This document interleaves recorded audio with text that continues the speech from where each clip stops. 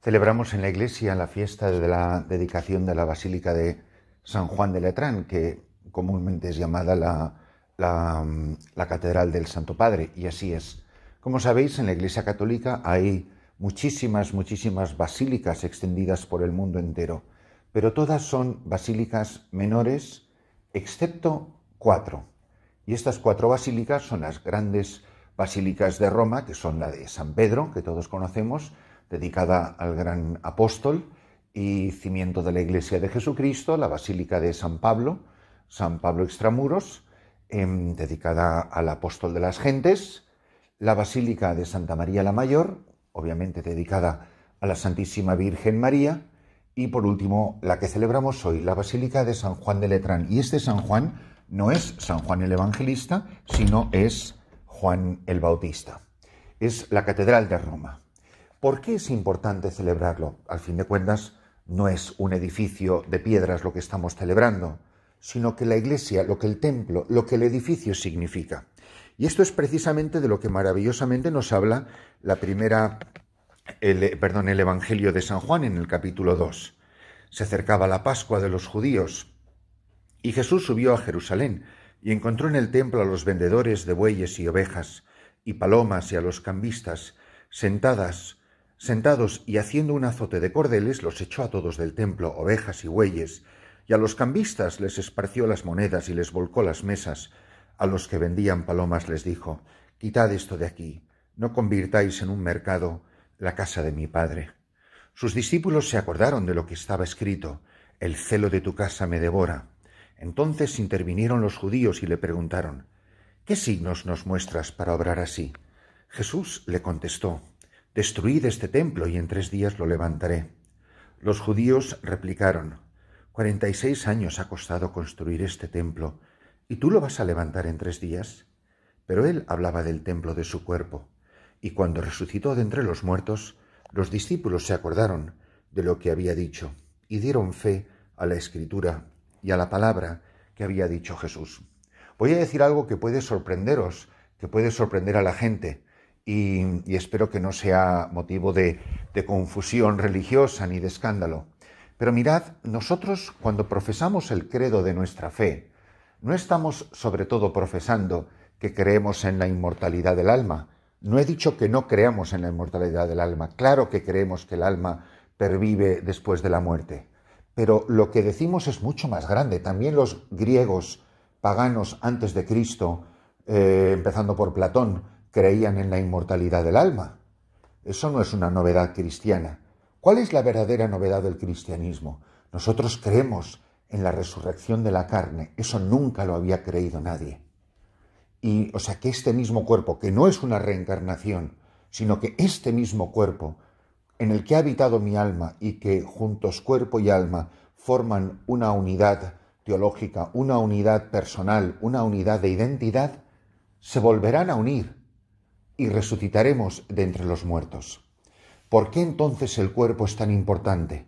Porque es el icono, es la presencia, es la visibilidad de lo invisible. Es decir, en el cuerpo de Cristo, en el rostro de Jesucristo, en la humanidad del Verbo, contemplamos el rostro del Dios invisible. Dios se ha hecho visible en el rostro de Jesús de Nazaret. Pero por el misterio de la Encarnación, y esto maravillosamente lo explica el Concilio Vaticano II en Gaudium et Spes, Dios se ha hecho visible y al unirse a la humanidad, a su naturaleza humana, se ha unido con cada uno de nosotros, de tal manera que cada uno de nosotros está llamado a 2 cosas.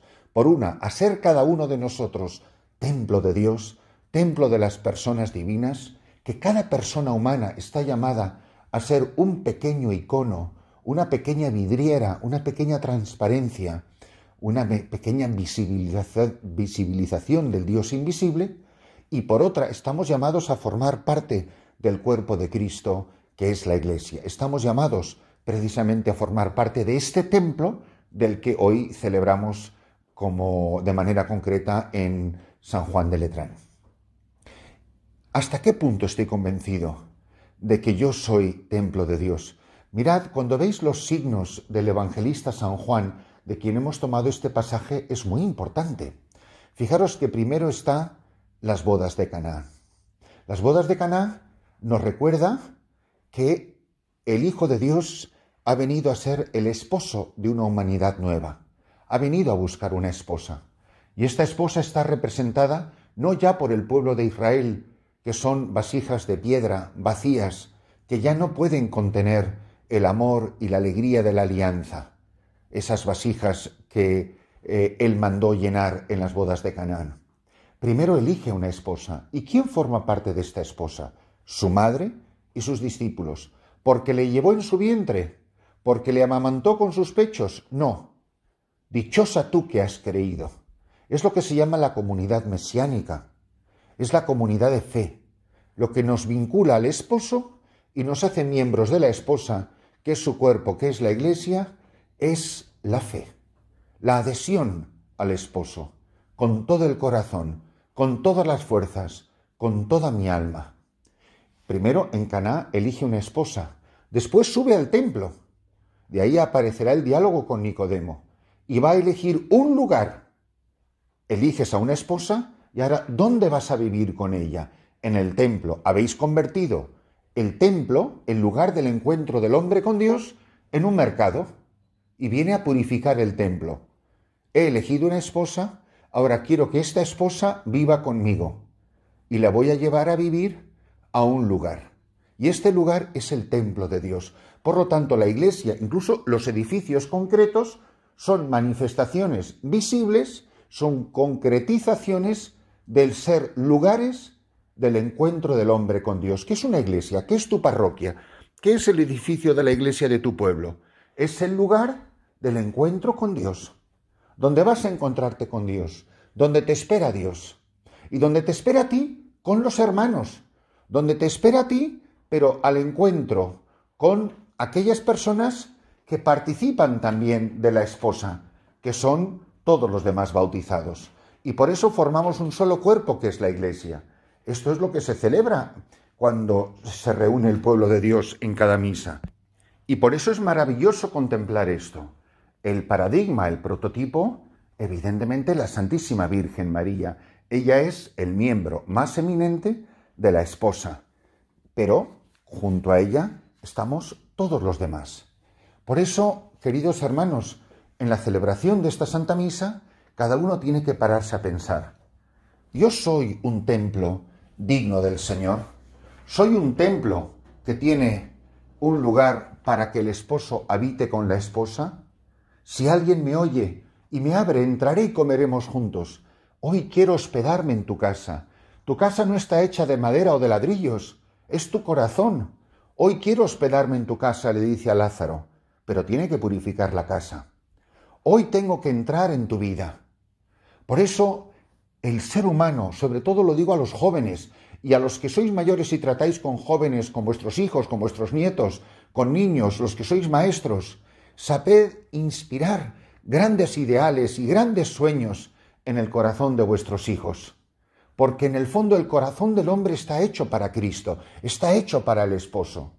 Cuando un joven, cuando cualquiera de nosotros mayores tiene ansias y anhelos de vida, de sentido, de felicidad, el hombre que desesperadamente quiere ser feliz, quizá no lo sabe, pero está buscando a Cristo.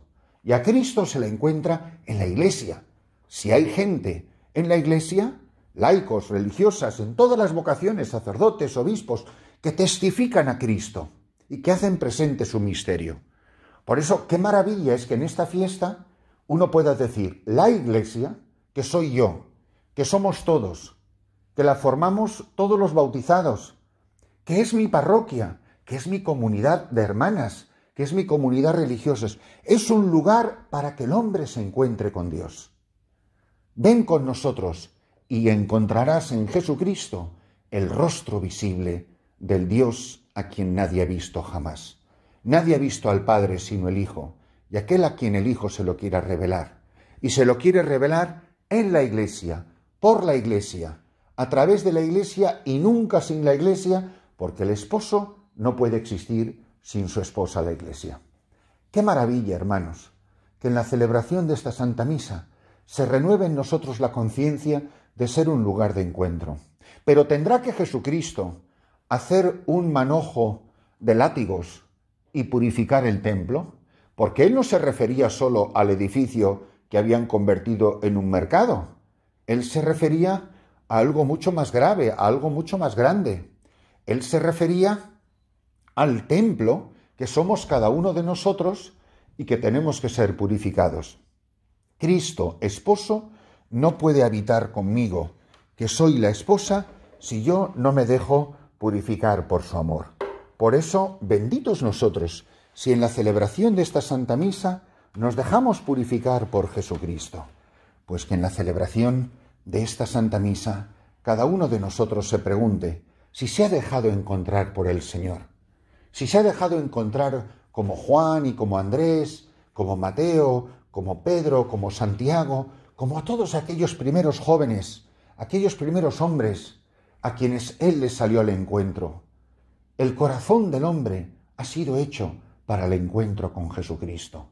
Y tú y yo somos responsables de que todos los hombres de todos los tiempos se encuentren con Jesús el Señor. ¿Seré un templo hoy digno del encuentro con Cristo? Para que alguien pueda decir, cuando yo te conocí, en ti y por ti, me encontré con Jesucristo. Mirad, tu encuentro y mi encuentro con Jesucristo tienen nombre y apellidos, tienen nombres de personas concretas, rostros de personas que conocemos. Cuando yo te conocí, conocí el rostro de Cristo.